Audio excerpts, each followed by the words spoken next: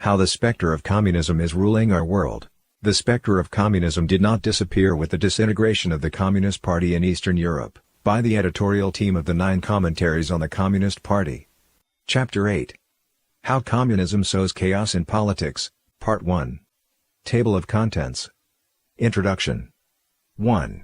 Communism is the politics of humanity's destruction. A. Communist regimes use state power to carry out purges and mass murder. B. Socialist ideology prevails in Europe and the United States. C. Leftist politics aim to control political parties, legislatures, governments, Supreme Courts. D. Left-wing administration promoted socialism and crooked policies. 2. Politics is infused with the cult of communism. A. The convergence of politics and religion in the CCP cult. B. The religious character of liberalism and progressivism. C. Contemporary liberalism and progressivism, new variants of communism. The rebellion against classical liberalism. The essence of progressivism, moral perversion. Liberalism and the socialist current of progressivism. 3. Inciting hatred and promoting struggle is the invariable course of communist politics. References. Introduction. Almost everything in the modern world is somehow related to politics. A single policy, law, incident, or scandal can send the public into a frenzy. The election of a leader can draw attention around the globe. Most people only associate communist politics with countries under the rule of a communist party and believe that even those countries have stopped practicing communism. In fact, communism has concealed itself under various guises, such as socialism, neoliberalism, and progressivism. Upon closer examination, it will be seen that the evil specter of communism governs the entire world. Superficially, the free world appears to understand the harm wreaked by communism. Yet in the 170 years since the publication of the Communist Manifesto, governments around the globe have been openly or covertly influenced by Marxist theories. In some respects, the free world has unexpectedly surpassed the self-avowed communist states when it comes to putting these theories into practice. America is the leader of the free world and a traditional bastion of anti-communism. Yet in the 2016 election, an openly socialist candidate came close to the presidency. In polls, over half of young men said they supported socialism. In Europe, socialism is already the prevailing political force. One European politician said, "Today it's a combination of democracy, rule of law, and the welfare state, and I'd say a vast majority of Europeans defend this. The British Tories can't touch the National Health Service without being beheaded." In communist states, the communist specter enjoys total political power.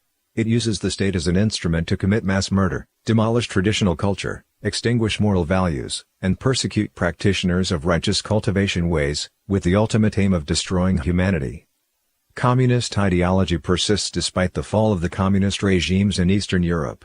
In the wake of the Cold War, following decades of destruction wrought by espionage and subversion, the specter of communism is running rampant across the entire continent. Though the communist specter failed in its attempt to bring the Western world under its direct state control, it subverted the governance of Western nations by advocating socialist policies, inciting violence, undermining traditional morality, and causing social unrest. It intends to set the West down a demonic path as it goes about the destruction of humankind. Given the vital role that the United States plays as the head of the free world, this chapter is primarily concerned with the American situation.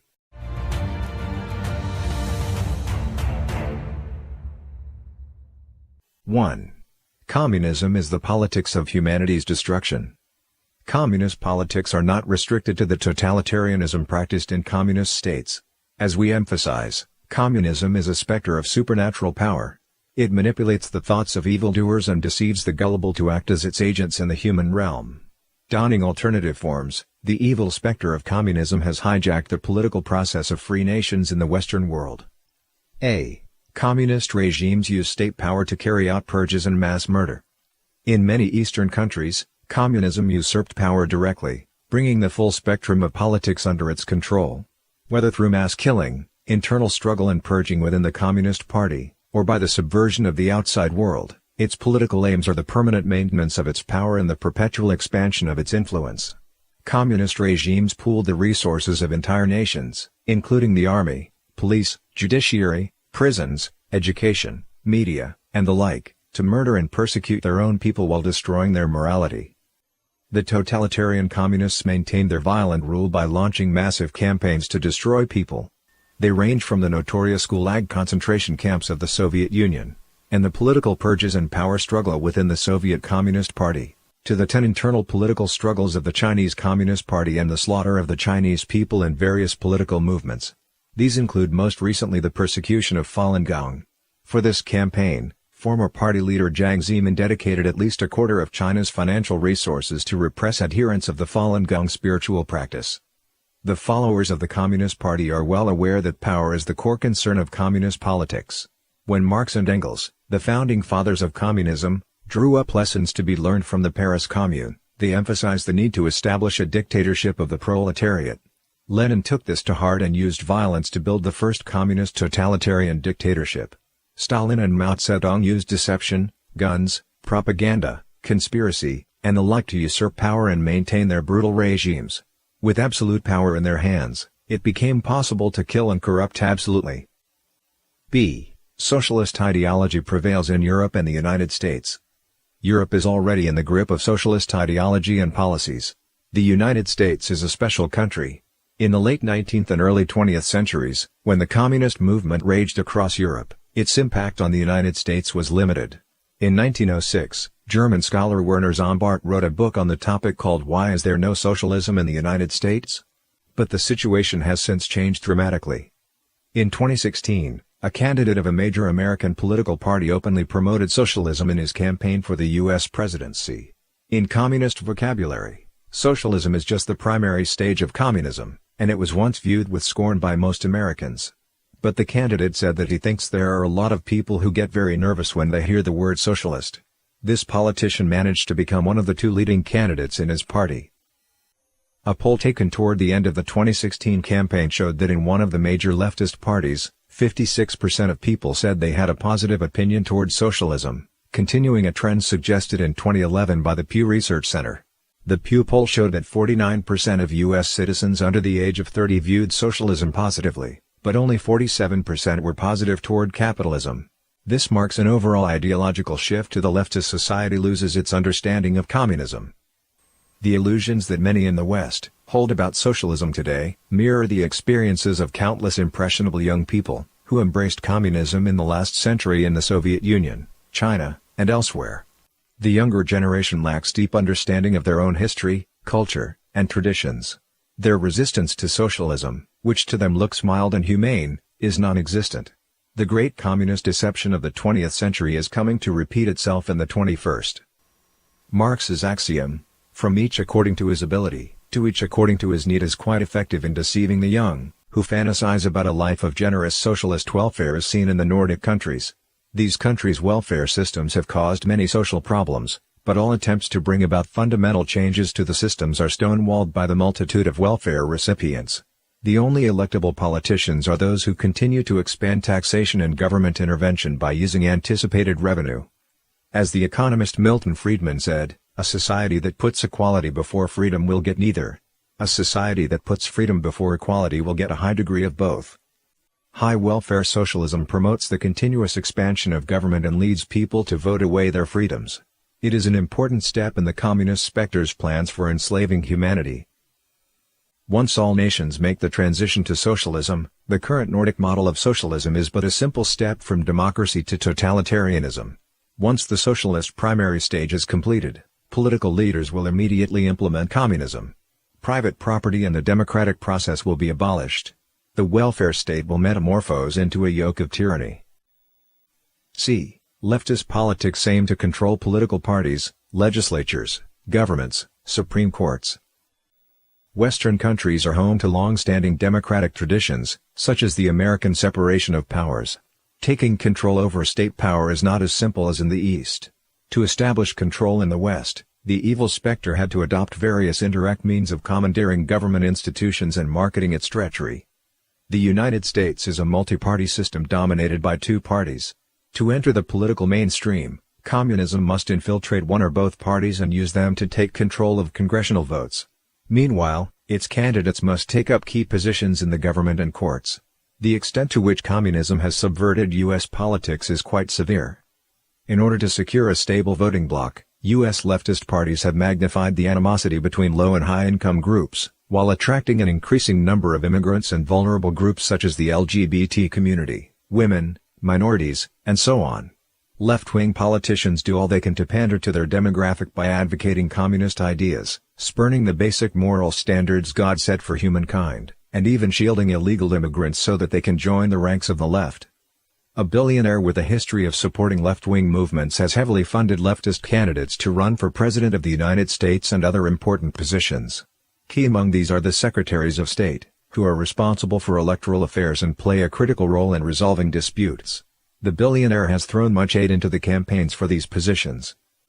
Even when illegal immigrants committed crimes on U.S. soil, leftist authorities turned a blind eye and set up sanctuaries to protect them from the government. During the administration of a former leftist president, he attempted to grant amnesty to 5 million illegal immigrants, but the draft resolution was ultimately shelved by the Supreme Court. Left-wing parties have fought for the voting rights of illegal immigrants. Of course, the motive isn't necessarily to benefit the illegal immigrants or the general population, but to bolster the left's voter demographic. On September 12, 2017, a city in an eastern U.S. state passed a bill to grant non-citizens the right to vote in local elections, including residents with green cards, student and work visas, or even those with no documentation of legal immigration status. It attracted widespread media attention for its potential effects on the electoral system in other parts of the country. Under the influence of the evil communist specter, American left-wing parties used underhanded measures to attract more votes and political control. America's future hangs in the balance. D. Left-wing administration promoted socialism and crooked policies. The previous leftist administration was heavily infiltrated by communists and socialists. Many groups that supported the former president had clear links to socialist organizations. The former president is a disciple of the neo-Marxist Saul Alinsky. Following his election, he appointed advisors from far-left think tanks. His universal health care policy fined those who refused to enroll in it. He passed bills to legalize marijuana and homosexuality, allowed transsexuals to join the army, and so on. When the California State Assembly was controlled by the left, some representatives tried to abolish a law barring the Communist Party from participating in government. This attempt failed following strong opposition from the Vietnamese American community. The administration also concocted policies that corrupted human relations. In 2016, the bathroom bill signed by the sitting president allowed for people who identify as transgender to enter bathrooms of their chosen gender, regardless of their physical sex. In other words, a man who thinks he is a woman can enter the ladies' room. The bathroom bill was made effective in public schools throughout the country. Schools that refuse to implement the bill will lose funding from the federal government.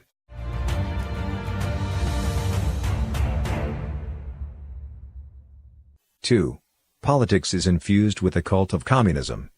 For thousands of years, the main institution of political power was monarchy, which received its authority from God. Heaven endowed the ruler with the divine right of kings. Emperors and kings performed a sacred role as intermediaries between man and God. Today, many nations are run by democracies. In practice, democracy isn't the rule of the people, but rather the rule of the representative chosen by the people. The election of a president is a democratic procedure. Once in office, the president has broad powers over politics, economics, the military, foreign relations, and so on. Democracy cannot guarantee that good people will be elected.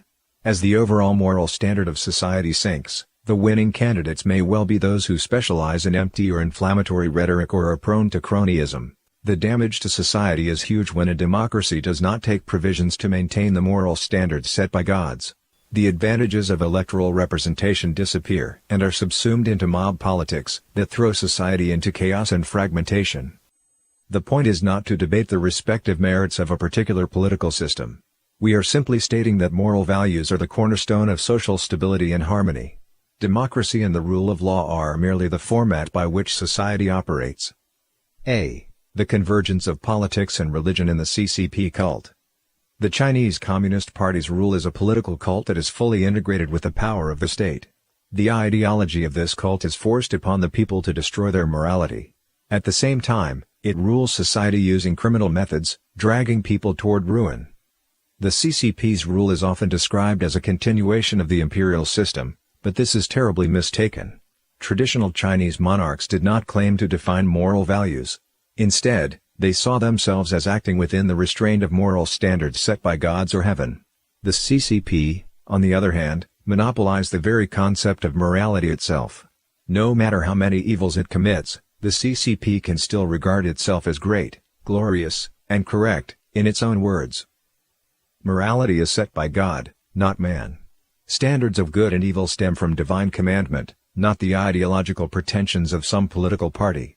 Monopolizing the right to define morality inevitably leads to the mixing of church and state, which in the case of the CCP, manifests itself with the typical features of a malicious cult.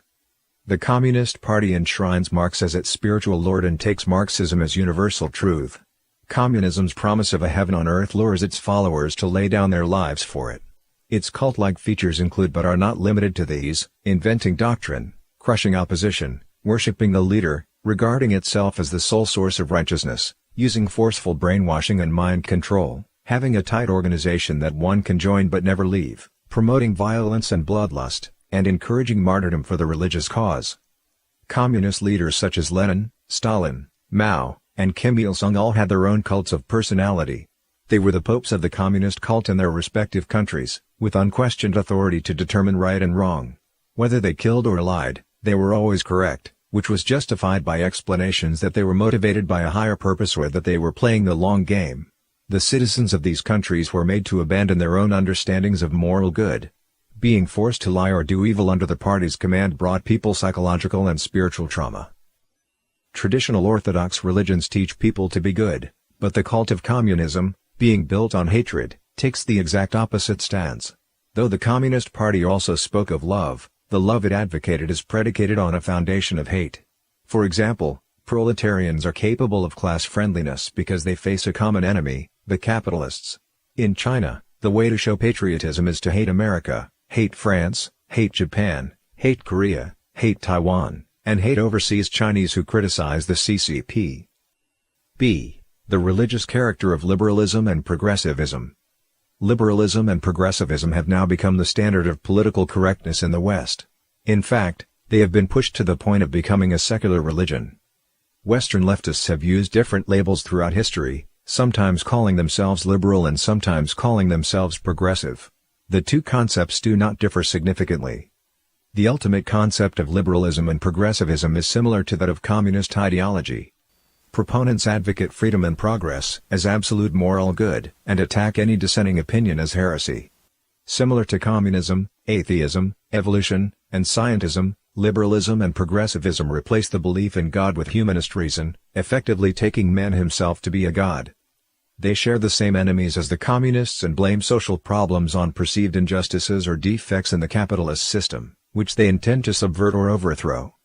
Their methods are similar to those of communists. They think their cause so important that no means is off limits to them. They can use violence or deception as called for in different situations. The quasi-religious characteristics of liberalism and progressivism are inseparable from the historical background of their origin. Rapid scientific progress since the 18th century greatly strengthened humankind's confidence in its own ability and fueled a progressive intellectual trend. French philosopher Marquis de Condorcet, a pioneer of progressive thinking, stated in his work Sketch for a Historical Picture of the Progress of the Human Mind that reason leads people to the path of happiness and morality or goodness. Following this, progressivism became more aggressive and began pushing reason onto the altar of worship.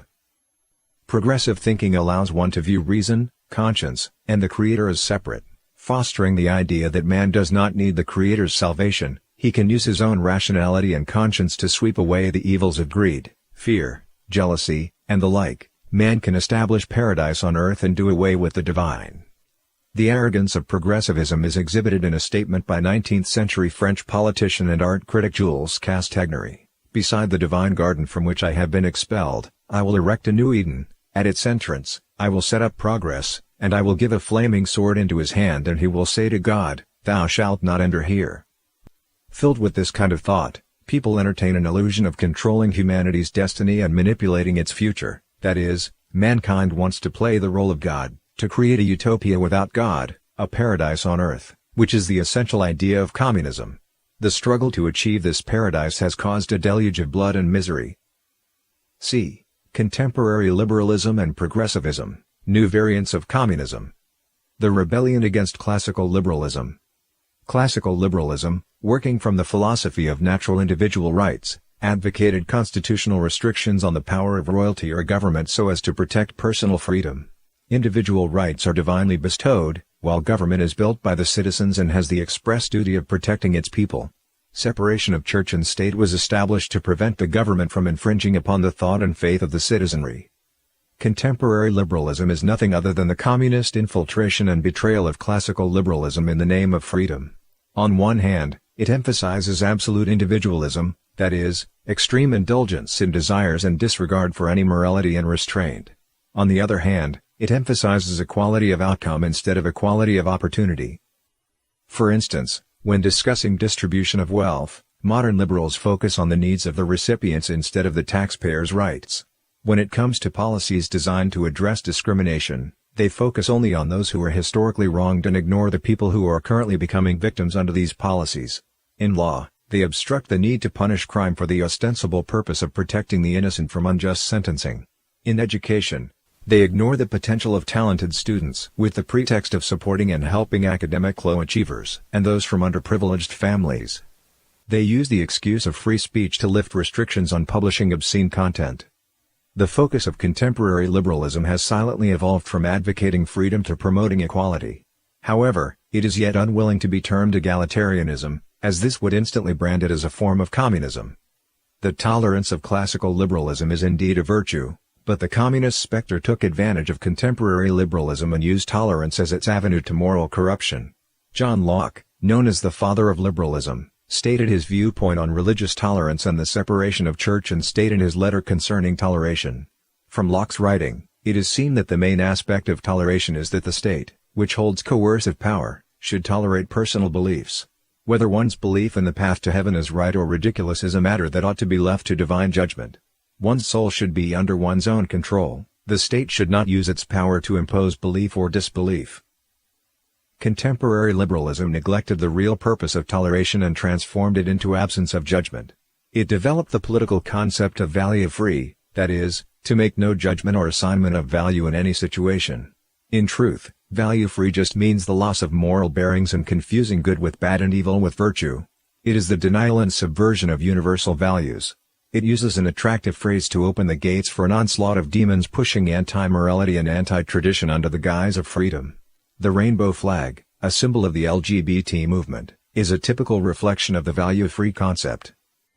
When the judicial authorities try to intervene, contemporary liberals attack them under the pretext of safeguarding individual freedom and equality, and fighting discrimination against the underprivileged. Contemporary liberalism has ridiculously confused the sexes. In 2003, California signed into law a new bill, AB 196. Any commercial employer or nonprofit organization can face fines of up to $150,000 for refusing a qualified job seeker because he or she is transgender or dresses in a manner inconsistent with his or her gender. The California Senate defined gender identity as a person's identity based on the individual's stated gender identity, without regard to whether the self-identified gender accords with the individual's sex assigned at birth.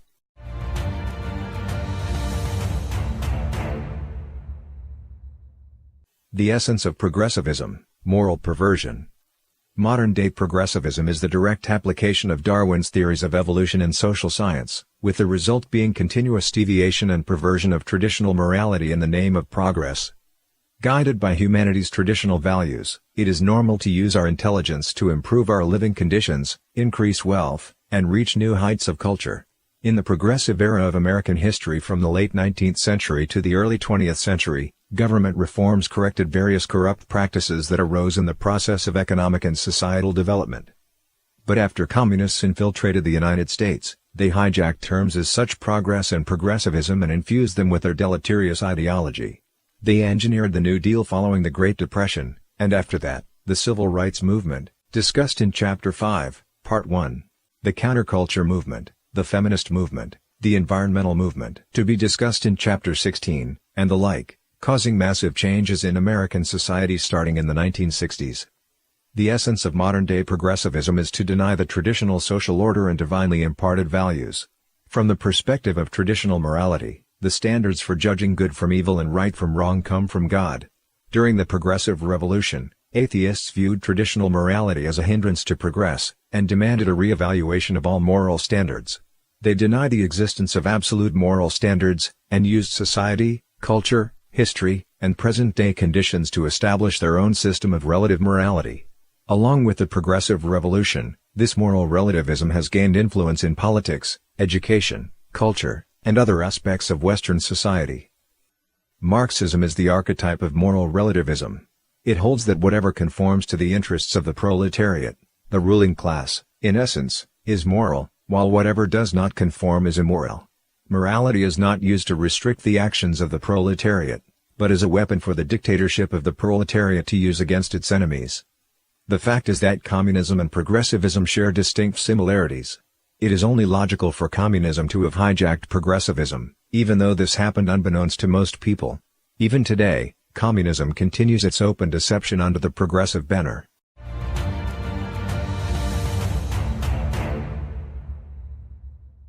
Liberalism and the socialist current of progressivism. As explained above, liberalism and progressivism have diverged from the U.S. Constitution and traditional moral values upon which America was founded. The trend is to change, and in essence destroy, all traditional belief, moral values, and the current social institutions of the West. In the Communist Manifesto, Marx listed the 10 measures by which to destroy capitalism. He said, "The first step in the revolution by the working class is to raise the proletariat to the position of ruling class to win the battle of democracy. The proletariat will use its political supremacy to wrest, by degree, all capital from the bourgeoisie, to centralize all instruments of production in the hands of the state, i.e., of the proletariat organized as the ruling class, and to increase the total productive forces as rapidly as possible. Of course, in the beginning, this cannot be effected except by means of despotic inroads on the rights of property, and on the conditions of bourgeois production, by means of measures, therefore, which appear economically insufficient and untenable, but which, in the course of the movement, outstrip themselves, necessitate further inroads upon the old social order, and are unavoidable as a means of entirely revolutionizing the mode of production. These measures will, of course, be different in different countries. Nevertheless, in most advanced countries, the following will be pretty generally applicable.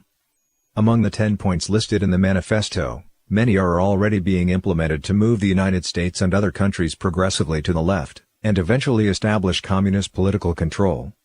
Abolition of property in land and application of all rents of land to public purposes. A heavy progressive or graduated income tax. Abolition of all rights of inheritance. The U.S. government started to collect inheritance tax in 1916. Confiscation of the property of all immigrants and rebels. Centralization of credit in the hands of the state, by means of a national bank with state capital and an exclusive monopoly. The U.S. Federal Reserve, which operates as a central bank, was established in 1913. Centralization of the means of communication and transport in the hands of the state. The United States has supervising agencies, a state-owned postal office, and state-operated railroads. Extension of factories and instruments of production owned by the state, the bringing into cultivation of wastelands, and the improvement of the soil generally in accordance with a common plan. Equal liability of all to work. Establishment of industrial armies, especially for agriculture. In 1935, the United States established the Social Security Bureau and Labor Department. The affirmative action law requires that women can perform all jobs of men, including military positions. Combination of agriculture with manufacturing industries, gradual abolition of all the distinction between town and country by a more equitable distribution of the populace over the country. Free education for all children in public schools. Abolition of children's factory labor in its present form. Combination of education with industrial production. On the surface, communists advocate some positive things, however, their goal isn't a nation's welfare, but rather political power. It is not wrong for people to seek happiness and progress, but when certain isms become political ideologies and start to replace and reject traditional moral values and beliefs, they turn into the tools by which the communist specter guides people toward degeneracy and destruction.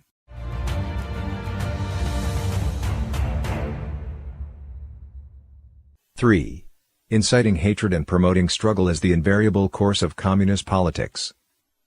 As expounded in the beginning of this book, communism is an evil specter founded on hatred. Struggle and hatred are thus an important part of communist politics. While fomenting hate and division among people, Communism corrupts human morality to usurp political power and erect its dictatorship. Turning people against each other is the primary means by which it does this. The first chapter of the selected works of Mao Zedong is an analysis of classes in Chinese society, written in 1925. It begins with the line, "Who are our enemies? Who are our friends?"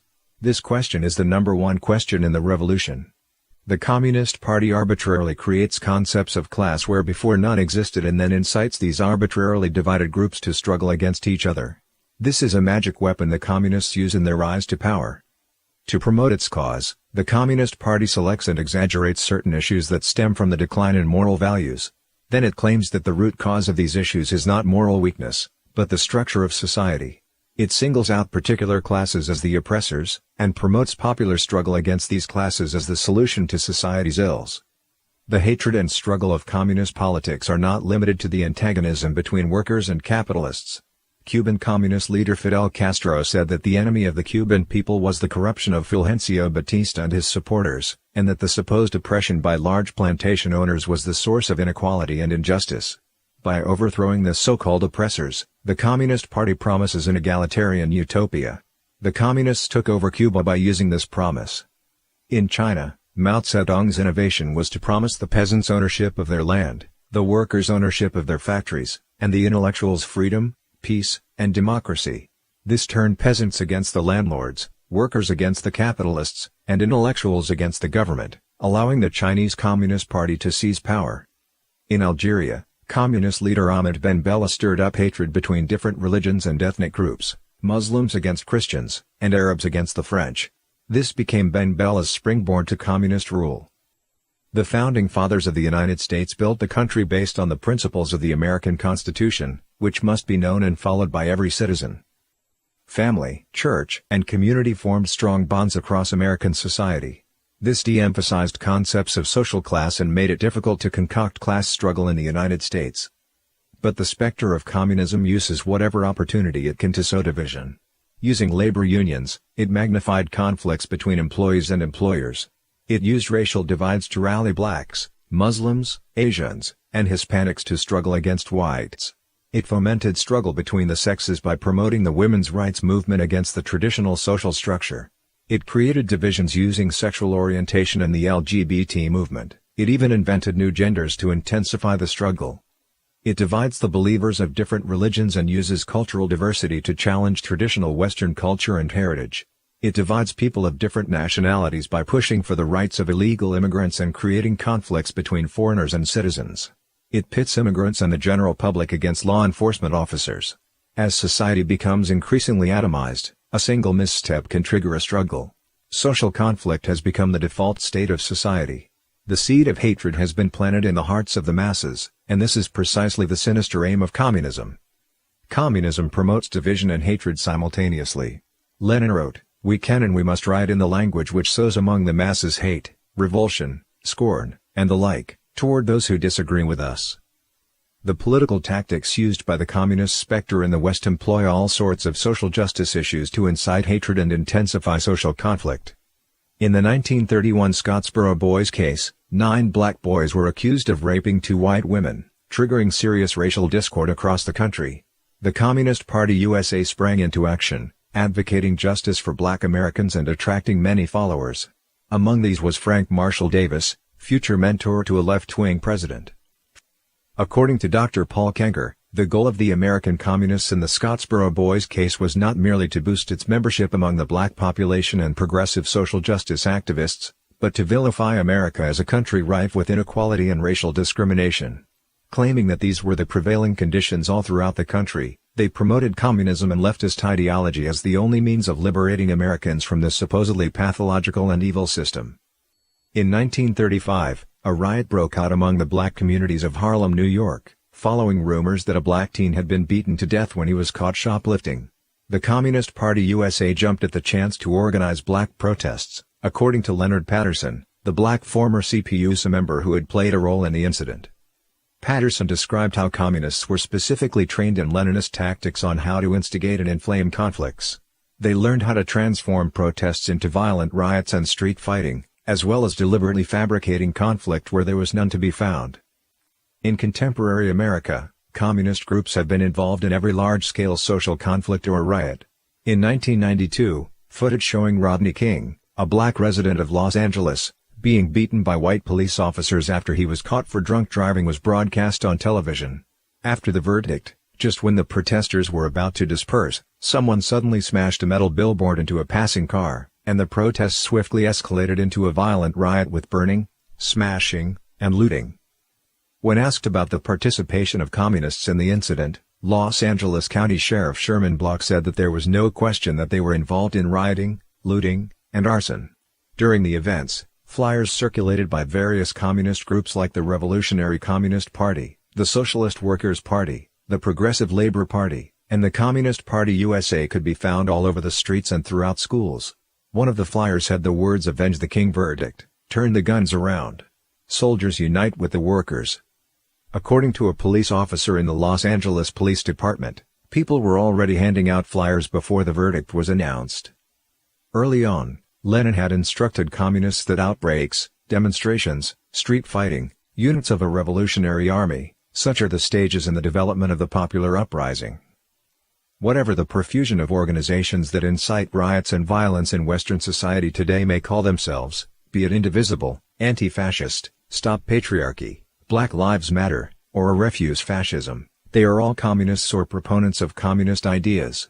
The violent Antifa group consists of people of various communist leanings, such as anarchists, socialists, liberals, social democrats, and the like. Refuse Fascism is actually a left-wing radical group founded by the president of the Revolutionary Communist Party of the USA. It was behind many large-scale protests aiming to overturn the result of the 2016 presidential election. Under the guise of free speech, these groups work tirelessly to provoke all sorts of conflicts in Western society. To understand their real objective, one needs only to take a look at the Communist Party USA's directive to its members as described in the 1956 Congressional Report. Members and front organizations must continually embarrass, discredit and degrade our critics. When obstructionists become too irritating, label them as fascist or Nazi or anti-Semitic, constantly associate those who oppose us with those names that already have a bad smell. The association will, after enough repetition, become fact in the public mind.